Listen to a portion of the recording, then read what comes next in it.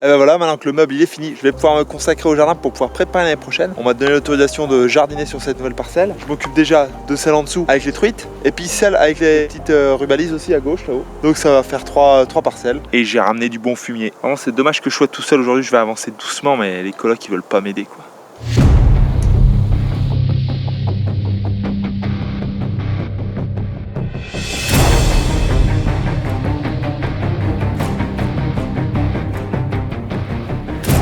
Et voilà, ça c'est une nouvelle parcelle de jardin, un petit carré. Et je pense que je vais y poser une serre. Et puis après on verra ce que je fais. Je sais pas c'est quoi la suite. Petit mouvement de caméra. Bon les copains, vous avez été nombreux à me dire que ça ne va pas de pas mettre de barrière sur cette métadine. Donc je ne vais pas vous écouter et je vais rester sans barrière. J'ai fait des tests avec un enfant de 3 ans, moitié aveugle. Il n'est pas tombé. Et pour ce canapé, alors qui a vu déjà un canapé basculer comme ça? Ça pèse 40 kg. Là, il y a un petit rebord qui bloque les pieds. Les pieds, c'est du solide. Dans le prochain épisode, je tombe de la mezzanine. Restez connectés. Et sur ce canapé, ma tête est à une distance de 2 mètres de la télé. C'est exactement le rapport qu'on a dans une salle de cinéma. C'est même plus petit. Quand vous arrivez dans une salle de cinéma, vous vous dites pas putain, l'écran il est trop grand, ils font chier, ils nous ont mis trop près avec les sièges. Plus de 500 commentaires qui me disaient que ça allait pas ce que j'avais fait avec la mezzanine là. Il y a un truc qui me plaît pas, c'est les rayures sur les vitres. Je sais pas qui est-ce qui a nettoyé ces vitres depuis qu'elles ont été posées l'année dernière, que c'était neuf. Là, je suis bien conscient de dire ça va pas. Eric, il vient m'aider pour la suite ou quoi? Ouais. Et le filet, faut un filet. Le filet, ça casse les volumes. C'est pas un terrain de tennis. Ici, on n'est pas là pour faire du sport, on est là pour travailler. Regardez le monde là. Je trouve que le chantier est pas assez sécurisé. Mettez des commentaires en me disant je te soutiens. Mes enfants ne sont jamais tombés d'un étage où il n'y avait pas de rambarde parce que chez moi, j'ai confiance.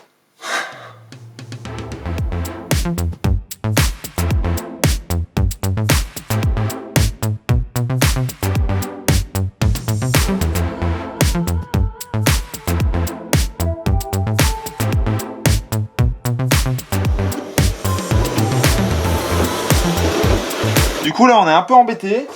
J'ai mis le niveau laser, il y a des trucs, c'est un peu spécial, j'ai pris les grandes règles. Donc comment que je fais? Je sais pas, j'y réfléchis, je reviens demain avec une idée.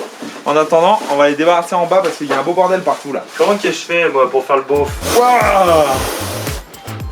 Non, ils ont déjà débarrassé les vélos. Ils ont déjà débarrassé sur la droite. Mais le timelapse les mecs, c'est vraiment pas des réalisateurs ces deux là hein. Enfin, lui apparemment c'en est un, mais bon. Quand c'est pour mes projets, j'ai l'impression qu'il est vachement bien appliqué. Hein. Build a weapon, one that blows the world away. Build a rocket that'll come and take away. Là, il y a plus de place. Hein. Tu m'étonnes, il y a plus de place, la remorque et la voiture, elles sont pleines. On a envoyé 4 mètres cubes à la déchetterie là. On a réussi à... Quoi? Ça, on peut être. Tiens, avant de faire du YouTube, il faisait des vrais films. C'est génial, parce que j'ai enfin réussi à vider cette chambre. Quasiment. Mais quand même, pour être sérieux, cet épisode, pour une fois, est sponsorisé par une marque de bâtiment. Et c'est Optimum. Mais je crois qu'on prononce Optimum, rapport au fait que c'est qualitatif. Et du coup, il m'a envoyé une porte qui s'appelle la Rénov Porte. Et c'est assez ouf, parce que le concept, c'est de pouvoir changer des vieilles portes avec des chapeaux de gendarme, qui sont relativement moches, hein, on va dire, par une porte avec plusieurs décors possibles. Ça, c'est un petit décor un peu chaîne taupe. Il s'appelle le Vérone. Et là, tu vas me dire, Mickaël, t'es complètement débile. T'avais mis une porte temporaire et avec un chambranle un peu pourri.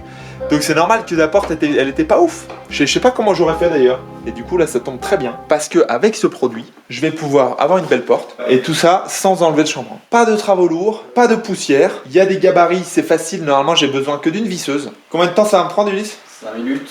Mais oh, 5 minutes. Il me prend pour un demi-gueux.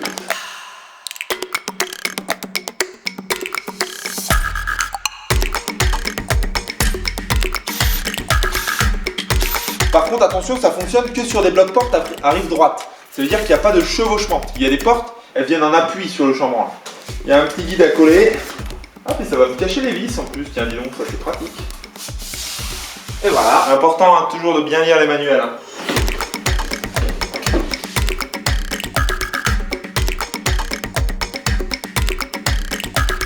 J'ai l'impression que c'est quasiment fini. Ah ouais, c'est pas mal, dis donc. Là, du coup, avec la petite clé Allen, il y a moyen de régler la profondeur. En bas aussi. Je suis handicapé ou quoi? J'arrive pas à me mettre dans le trou. C'est bien la première fois que je dis ça. Voilà. Excellent. 3 mm partout. Bon, là, au-dessus, je pourrais la relever un peu plus.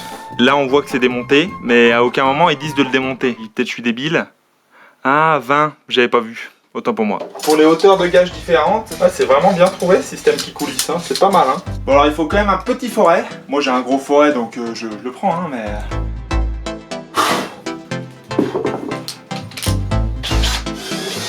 Impeccable.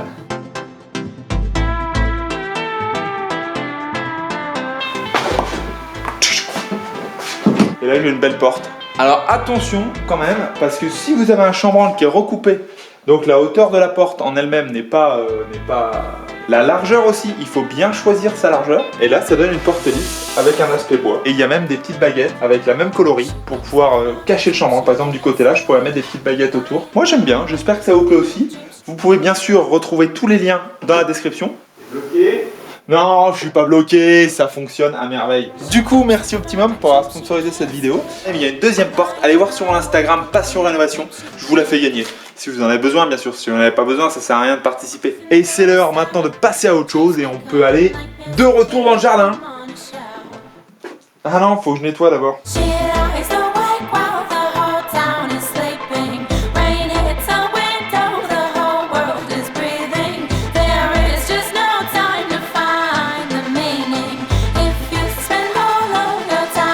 Ça c'est les derniers légumes qu'on a pour l'hiver. Chou brocoli, chou rouge, chou blanc. Et il y a les choux fraises qui donnent plutôt au printemps. Et il y a les choux boulettes. Si, boulettes. Je vais bêcher, là. Tac, un autre carré. Je vais aller renfort. Toi ton rôle ça va être, comme t'as mal au dos, d'aller chercher les feuilles. Je vais chercher des feuilles aujourd'hui, blablabla.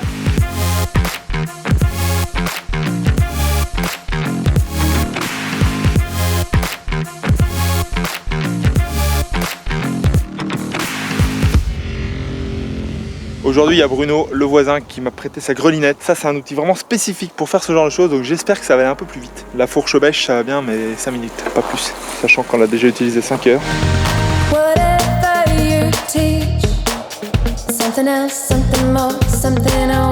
Il est plus grand le deuxième carré et maintenant je vais planter des patates. Et j'ai préparé mes petites ailles et mes petites échalotes ici, comme l'automne dernier. Ah, si ça vous intéresse, allez voir les épisodes de l'automne dernier.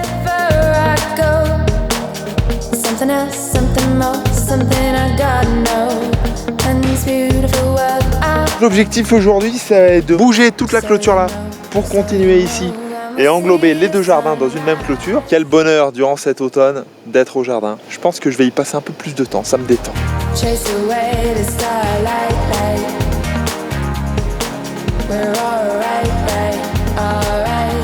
Et voilà, j'ai rassemblé les deux parcelles. Belle barrière, moitié grillage, moitié filet de piste de ski, c'est que de la récup. Et puis il me reste plus qu'à remettre de la rubalise de chantier parce que les animaux sauvages, ils s'en foutent des grillages à 1m20. Ils sautent par-dessus. Du coup, rubaliser à 1m80 et normalement les cerfs, c'est assez haut pour pas qu'ils nous emmerdent. J'ai vraiment de la chance de vivre dans ce genre de village. La caméra vient de passer la nuit dehors, vraiment à côté du chemin. Ouais, personne l'a prise. C'est pas parce que j'ai clôturé, hein, remarque, hein, parce que là, tu rentres comme tu veux. Hein.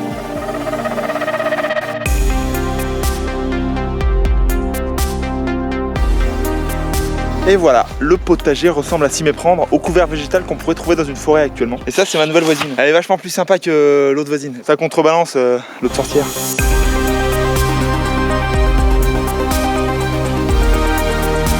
Pris des gants pour toi. Non mais t'as cru que j'avais besoin de gants moi, Nolan, l'autre voisin. Ça te dérange pas d'être sur internet, Nolan? Non. Trop bien. Et ben, on va mettre des petites planchettes dans le nouveau jardin.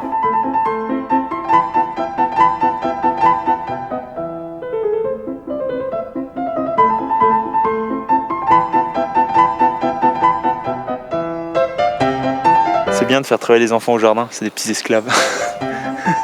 Oh, elle a l'air tellement triste.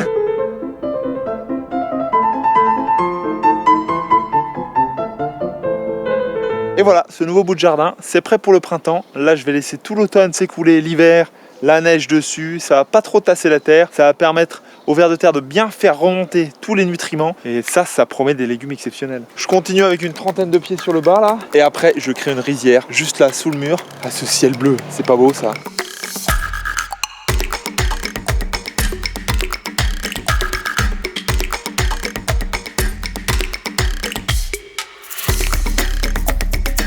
Ça y est, je tente un petit remplissage de la rizière. Si vous voulez tout savoir sur le riz et la création de rizière, allez voir ces petites vidéos du potagiste juste là, c'est vraiment bien fait. Il a fait toutes les étapes et tout. Et il a eu des récoltes à la fin et c'est ça qui est fou. À chaque jour un nouveau défi. Aujourd'hui j'essaie de faire pousser un clémentinier et un olivier. Alors pour les agrumes, c'est un peu comme pour le béton, il faut faire un mélange spécifique.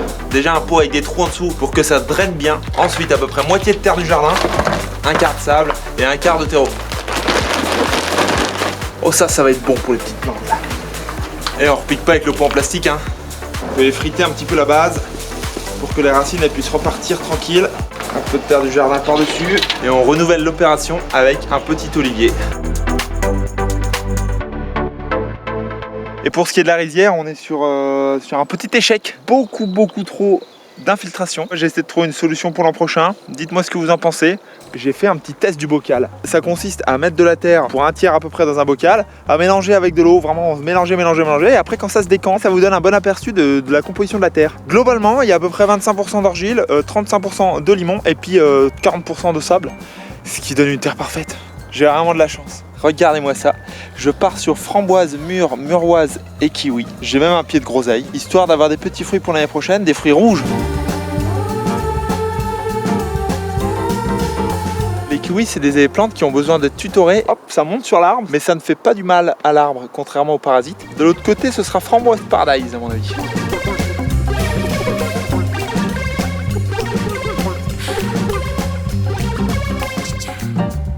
Outil indispensable du ramasseur de feuilles, le draus. Comme ça, on peut en mettre plein, ça fait un espèce de sac. Hop, on ferme, on transporte. Et on va foutre ça dans le jardin un peu partout. Dernière étape, le carré de patate de cette année qui va devenir le carré de carotte l'année prochaine va devoir être un petit peu agrandi. Et puis des petites planches tout autour pour que ce soit beau, que ce soit propre et que ce soit prêt. Donc là je suis ici pour la parcelle de fraises que j'ai agrandie. C'est galère les fraises à nettoyer. Dites-moi comment vous faites pour nettoyer vos fraises parce que... Et me dites pas je les mets dans l'évier et puis je les lave avec de l'eau.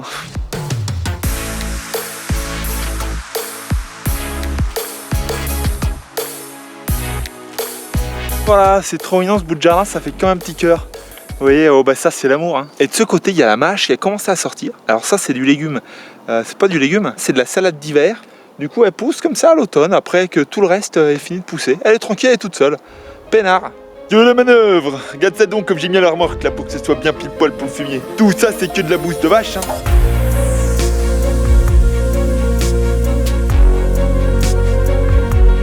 T'aimes les blettes du jardin toi Eric hein? Préparé à la Patricia, pas de problème.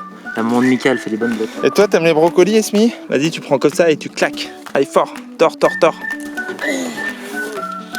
Splendide. Toujours l'esclavage des enfants pour le jardin, c'est impeccable. Allez j'attaque le dernier carré, après je remets les tôles correctement pour le bois pour l'hiver. Fantastique la greninette. Et ben voilà un joli petit carré bien organisé. Bon alors du coup maintenant il y a le propriétaire qui va venir récupérer le bois d'ici peu. Je vais remettre les tôles correctement, comme ça, respect total.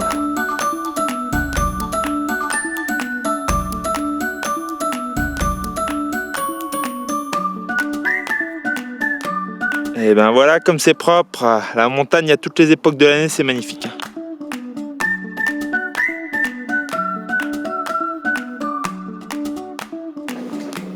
Ça y est, enfin j'ai fini l'épisode. 1 mois de retard sur les montages, c'est inadmissible. Je suis d'accord avec vous, tout le potager a été effectué au mois de novembre. Et merci aussi bien entendu à Optimum qui a sponsorisé cette vidéo et qui m'a fourni cette magnifique porte pour la mezzanine. Il y en a une qui vous attend sur mon Instagram. C'est fun, on est tous ensemble, on s'amuse. Et si jamais ça vous plaît, ça se passe toujours là-haut. J'ai toujours pas fini cette mezzanine. C'est pour le prochain épisode. Ou peut-être celui d'après. Parce que dans le prochain, je crois que j'abat des arbres et je fais du jus de pomme. Autant dire que si vous loupez ça, vous allez vraiment tout louper dans votre vie. Je rigole, bien entendu. À la prochaine. Alors, uploader.